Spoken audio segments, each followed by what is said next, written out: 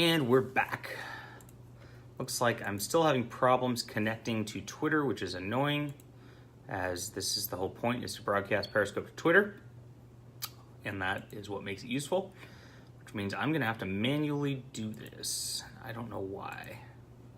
So we will grab that and kind of post this in a few places and then restart or at least start to get going on here.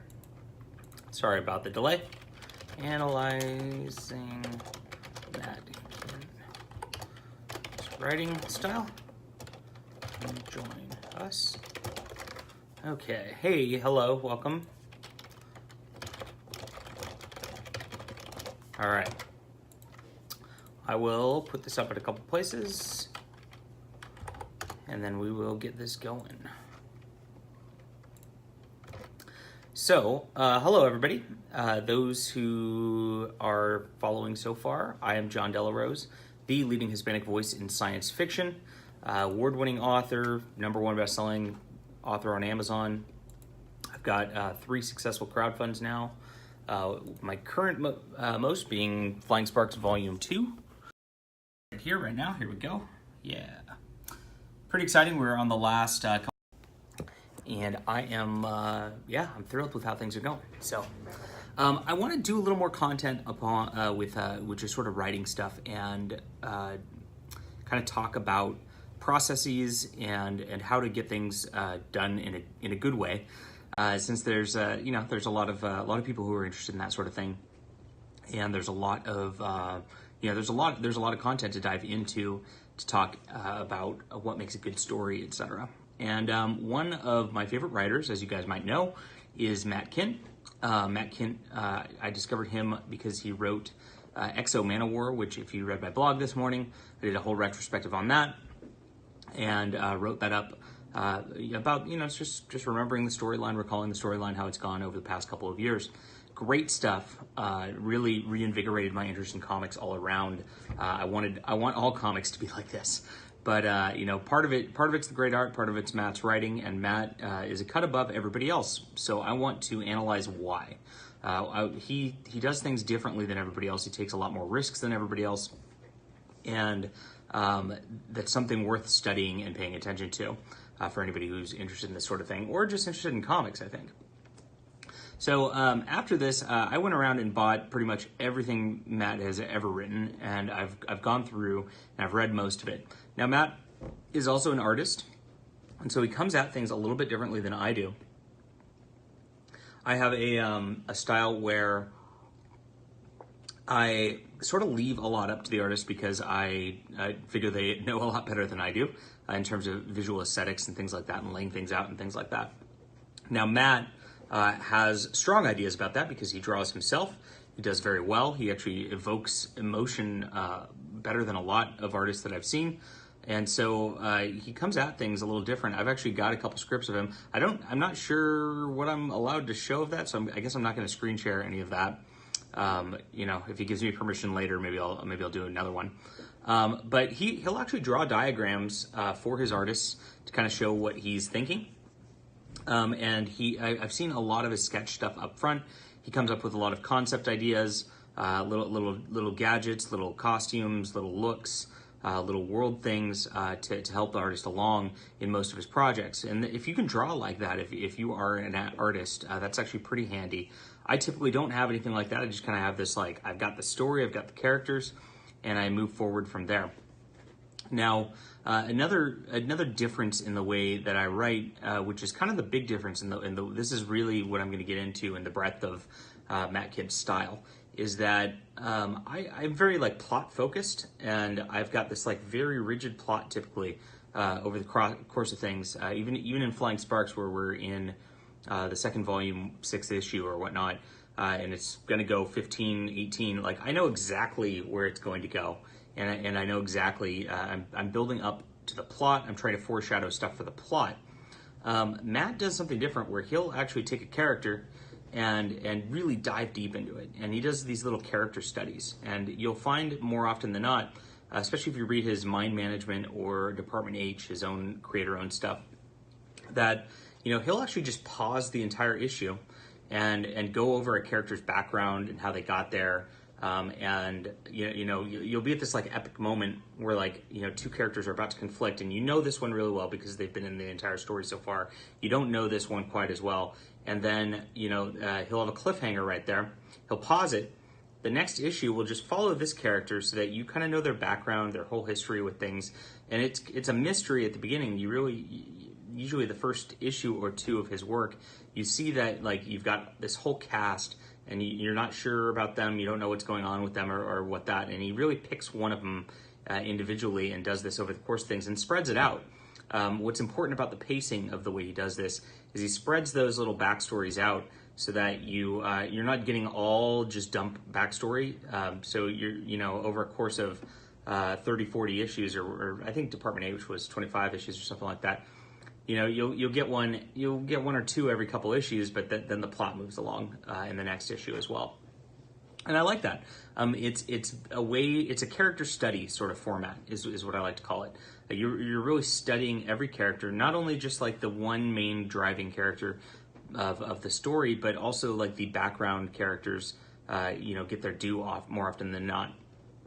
We saw this in XO Man of War, where he went back and actually did a backstory of the bounty hunters.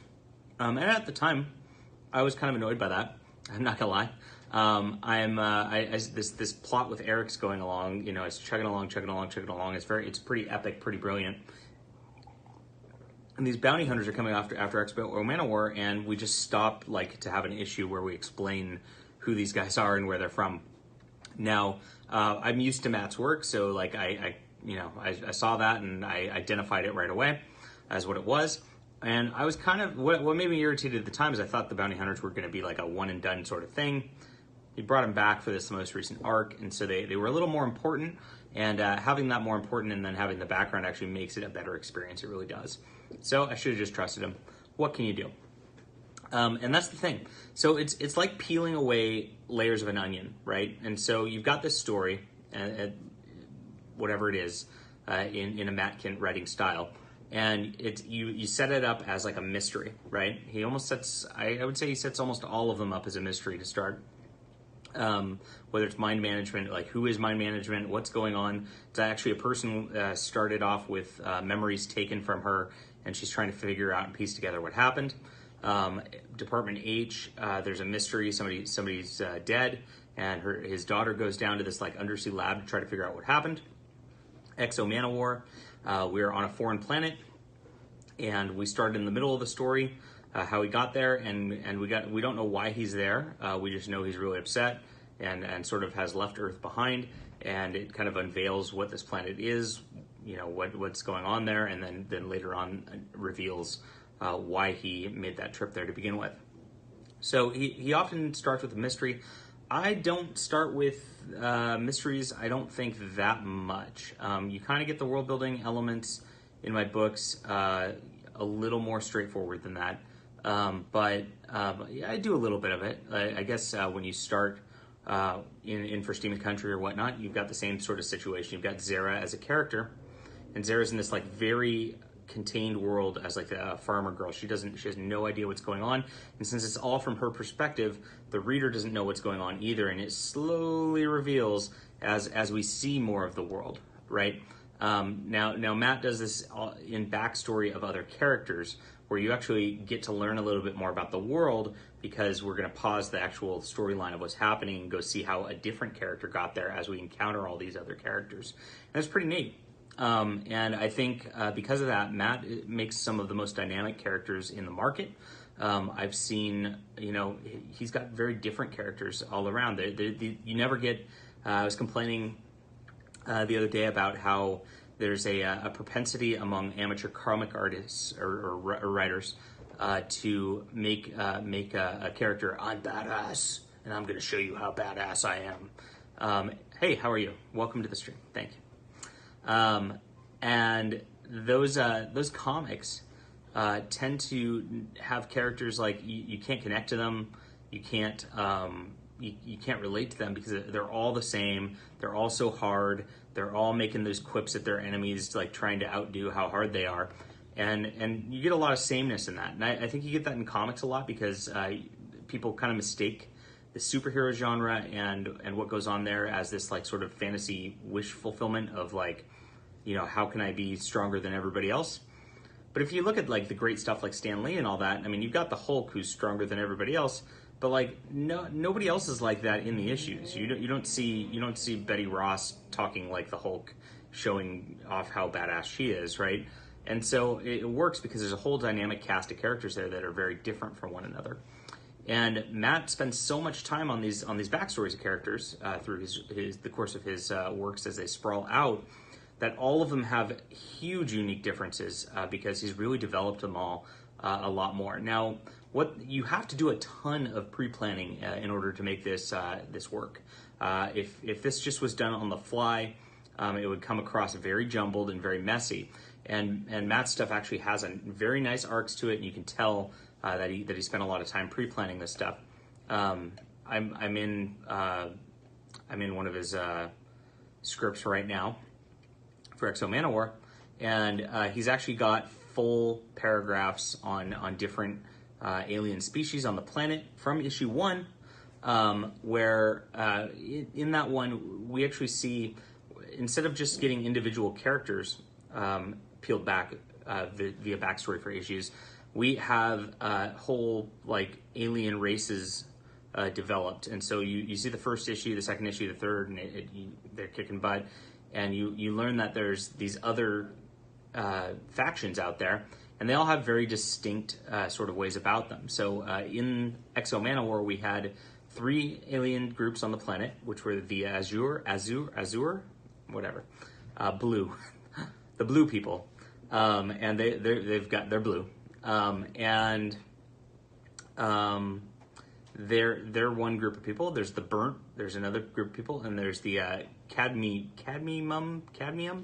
Sorry if I'm butchering this stuff, but there's the 3 of them, right? And they've all got their own cultures that are distinct about them. And Matt's actually got notes for the artist of how they are. Now, we don't learn this right away in the book. We see a couple of them real quick in the first issue, and we don't know anything about them other than they're there. But as issue 2 and 3 and 4 come out, you learn about each one of them. You learn about their history. You learn about why they're fighting. You learn about what the problems are with them, and they become like a very real thing. And so he spends an issue at least on each of those, really defining who they are, and it adds to the world building picture and builds this just beautiful world right here. And he has them all distinct, and that's the thing. So he's got the Azure, and he says they're long hair, facial tattoos that get longer, more swirly, elaborate as they grow older, like deer antlers. The longer and more elaborate, the older they are. These grow naturally like hair on their skin. They are agricultural culture, where they have scarves to cover their skins, and 3 suns where they farm. Vestigial tails that are usually hidden. Then there's the burnt. They live in rocky terrain where the rest of the world doesn't have any interest in. They're hunters, traders. They prefer to avoid conflict by living in inhospitable climates. Very cool stuff, but they're very tough fighters because they grow up in inhospitable climates. So he builds that up very nicely. And then the cadmiums are your upper class. They're the advanced people. They've commanded the skies with starships and all that, as he says. They've got the military superiority and like that rigid class structure of the main cities and all that. So you got your like country folk, you got your city folk, and you got your like Rocky Mountain folk, and they're all in conflict with each other, right? Very cool. And so none of this is actually in book 1 or issue 1. I mean, it is in that like you'll see a panel kind of showing who they are, and showing who a couple of the characters are. But they really get elaborated on later, and that's what I think makes the book great, is you get to really see this, and you get to see how deep the world building is and the character building is. And so, yeah, these end up studies of the world. They end up studies of the characters, and they end up really pushing those into the forefront. Whereas the plot kind of is happening, but is secondary to these little vignettes that we get from Matt Kindt's work, and it works really well for him. That's again not my style of writing whatsoever, but this works really well for him. It allows him to really go out there and try different things, and I think that's what keeps the books fresh, because he does a lot of long issue arcs. And if you look at most story arcs and all that, they're like 6-8 issues or whatnot. but his I've noticed have been going 12 or longer. And the long issue arcs, you want to keep them fresh as a writer by doing something different, right? If you're doing something the same all the time, if you're forced into the same structure, it's going to get boring for you, and that's also going to get boring for your readers. I think we see that with Star Wars movies are a great example of that. We had A New Hope, which is the original Star Wars, and so Return of the Jedi copies that, and that's the first copy remake of that. And then Force Awakens copies that again, and by the time you're onto your third copy of the first story, even though they're different, they'll come across a lot less emotional, a lot less interesting to both you and your reader or viewer or whatnot. So doing something like this where you're really developing a different character out, really showing a different side of the story, different perspective of the story, keeps it fresh as a writer for you, because you're doing something different, and you're really working hard on the artistry there, which is a good thing to do. So that's it. I think that's I have about 15 minutes of content on that. I don't know. This is my analysis of Matt's writing. So Matt did not sanction this or say anything about it, or I didn't ask him any questions ahead of time. I'm just kind of reading his books and seeing how he kind of paces things and how he really focuses on the characters and world building, and actually does whole side vignettes within the series of those world building and characters the entire time. Makes for very interesting reading. Makes for very good indie reading. So if you have any questions, let me know. Otherwise, I'm just going to close up pretty quickly here with a quick shout out to my Flying Sparks. Please check out Flying Sparks, and it's on Kickstarter right now. We've got about 40 hours left, and I'm trying to hit that $15,000 goal so I can give out a nice